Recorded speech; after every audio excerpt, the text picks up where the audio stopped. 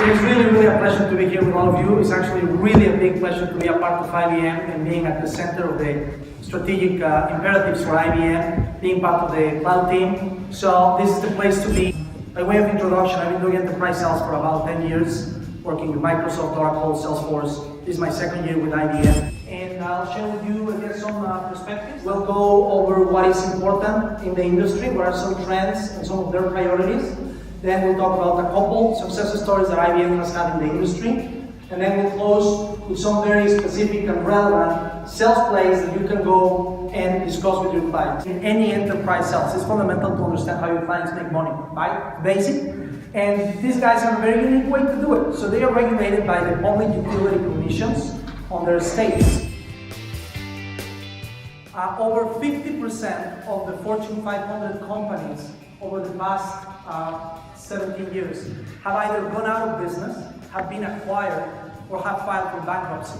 So think about it for a second. Those are the largest, most stable and solid companies in the world, and pretty much 50% of them have gone out of business. So this is the result of disruption, right? The Uber effect, where we have the largest taxi company in the world not owning a single car. The Airbnb effect, the largest accommodation provider in the world not owning a single piece of real estate. The largest retailer in the world doesn't own any inventory, and so on. The question is, so what? Well, their own generation, microgrids, school campuses, or big places like this convention center may have their own microgrid to generate, if not all, some of their consumption needs, and they are disrupting. And this is definitely something that is important to the executives and your clients. I assume there is a kind of mix here across the room of people who are maybe new to the cloud, some others new to the energy and utilities. So this is something very known in the news today, right? Well, not today, but this week, right? The Prime Minister of Australia declared officially an energy crisis because a high temperature is causing everybody, of course, to have their air conditioning, and there are power outages all across the country. So what happened? Elon Musk went on Twitter and said, I can solve the problem in 100 days. So they went on a back and forth, and after all of that, they asked him, how serious are you about it? He said, I'm very serious. If I can do it in 100 days, everything is for free. So he may get that deal and absolutely disrupt the industry in that country. So it can happen to your clients, right? And these are conversations that are very relevant. This month, there was another white paper published by the World Economic Forum in coordination with the New York Times. And that document, it's a long document, and it summarizes kind of the trends to three areas, which are these same things that we see here, right? The need for innovation, right? The need to engage with the consumer.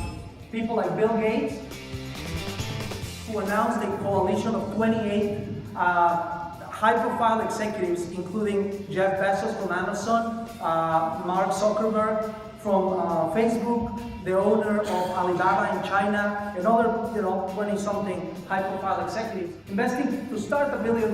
They're planning to have $5 billion in R&D for new energy generation and battery technology. They're actually already investing in a technology to be able to transform solar energy into liquid. It's already happening. It's already there. And they are doing it not only for the love of science, they are ready to come and take ownership of the next generation of technology in this industry. This is important to your clients. Industry imperatives. IBM published about 2 years ago a white paper on the future of the energy and utilities industry. And these are some of the trends that we see. Coffee machines that turn themselves off. And all of this creates energy optimization, which is great for the consumer. This is reducing revenue for the utility companies. Right? Consumers not only generating their own industry, but now selling the surplus. All of those core expectations from the past remain, in addition to the challenges of all the new trends that are coming that they need to transform in that. Advance the statistics to predict what is going to be the demand. In any given city, right? Any different area of the city has different consumption patterns, and they change from day to day and from time to time during the day, and so on. So they need to be prepared to have the right supply and not have energy that goes to waste. Electric vehicles, also a disruption. That changes the pattern of consumption. Now, suburban America, for example, when the lights would go on at 10 or 11 p.m., Now they are still using energy, so the utility cannot turn off some of those generators, right, that they would do maintenance.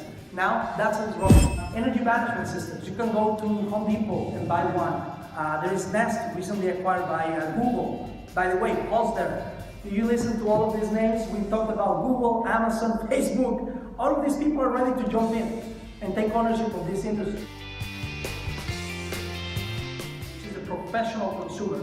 All of us, empowered by the mobile phones, a bill once a month doesn't cut it anymore. Consumers expect a more personal, relevant communication, and one fits all doesn't do it anymore. So safety, don't kill your employees. These are dangerous jobs, so this is really very important for them. Security and cybersecurity is absolutely relevant. Things that are obvious, right? The service needs to be available, it needs to be reliable. It needs to be affordable, therefore they need to come up with new ways to generate energy in a more efficient way. They need to expand their portfolio and go into renewables, go into wind and solar, and so on. Resiliency, the ability to, well, they want to be reliable and available, but when they do go, the service goes out, they need to have all the infrastructure and also all the IT systems to be able to go back immediately and restore the service.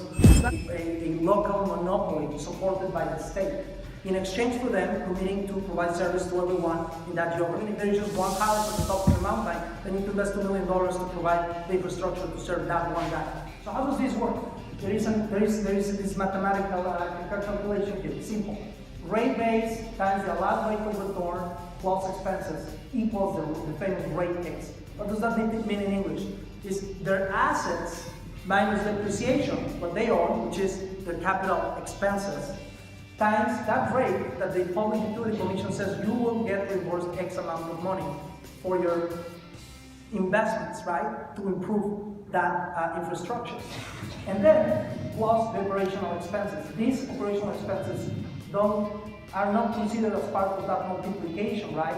So they don't get that rate return on assets for operational expenses. Why does this matter? Because cloud, of course, is an operational expense, not a capital investment. So obviously there are many ways to do it, and IBM is doing it, right? So number one, basics, right? Financial selling. You need to show them the ROI, right? How they can save money or how they can make more money. Value selling. It needs to be aligned to their priorities that we just kind of quickly went through right now.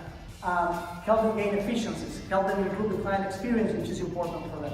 So instead of buying all the infrastructure for that product, they can leverage cloud and pay as they go. They start small, and as they continue to grow, they continue just to increase their pay. It's an excellent example to move to our infrastructure, and again, for us to put some cognitive services there that can help them. So as the utilities are regulated by the Public Utility Commissions, then they are regulated by this national organization. They just published in November of 2016 a document from the meeting where they are explicitly recommending to the Public Utility Commissions to include cloud as part of the rate case, simply because it makes sense. The utility companies change, but also the regulations need to change as the world is changing around it. Everybody's afraid of security in the cloud, right? So there are other very highly regulated industries like financial services, healthcare, telecom, and even government that are already using cloud. Be creative, right? Again, there are many ways to be creative when you are engaging with your client. And if ultimately you find someone who says, listen, we're not going to get any cloud, that's fine. You can do a SaaS attach. Sell on-premise and do SaaS attach, right? And you get your commission. So there are many ways of being creative. I think this is very important to keep that mindset. It's kind of the value chain of energy, right? From generation to transmission, it goes to substations. They transform the voltage to go to distribution and ultimately go into the consumption phase, right? All of those stages are transmitting a lot of data from multiple sources, multiple devices. You may not think of the utility industry as a pioneer, but they have been a pioneer in Internet of Things. Before it was called Internet of Things, right? They were tracking and monitoring and analyzing data from a bunch of devices, right? From the meters in the consumers to all of this value chain. And now they get more data from the consumers and back and forth. They have all of these systems and they need to make all of that minimum. They have a lot of data, and I'm not saying that they will move everything to Booming's infrastructure, right? Formerly Boom Salt Layer. But they may move some of it, and we may give them some cognitive services on top of that through Booming's. So that's a conversation to have with clients. There are many other areas, like better utilization of assets. Again, if they can be predictive, they can understand, they can know that they don't need to have 3 generators on in a given area, they can just have 1 and have operational efficiencies. Transforming the business. This is, I think, at the center of our conversation. You guys all know that cloud pretty much provides unlimited scalability up and down as needed, and the ability to provision whole environments or replicate whole environments in a matter of weeks instead of months, or days instead of weeks. Continuous development and delivery of applications. Ad hoc analytics, the same thing for simulations that they may just do once a month. Why do you pay for the infrastructure for the whole year? They may just do it every few months. So they have a data center, and they may need to have what is called geo-redundancy, and have a whole other data center somewhere else, right? Well, we may help, again, providing our infrastructure for them to have that redundancy. Likely they are, powering this convention center, or let's say have a microgrid, in which case there are areas where they can have their outcomes leveraging innovative technology, and I would say more importantly, innovative thinking that we can help them have, right?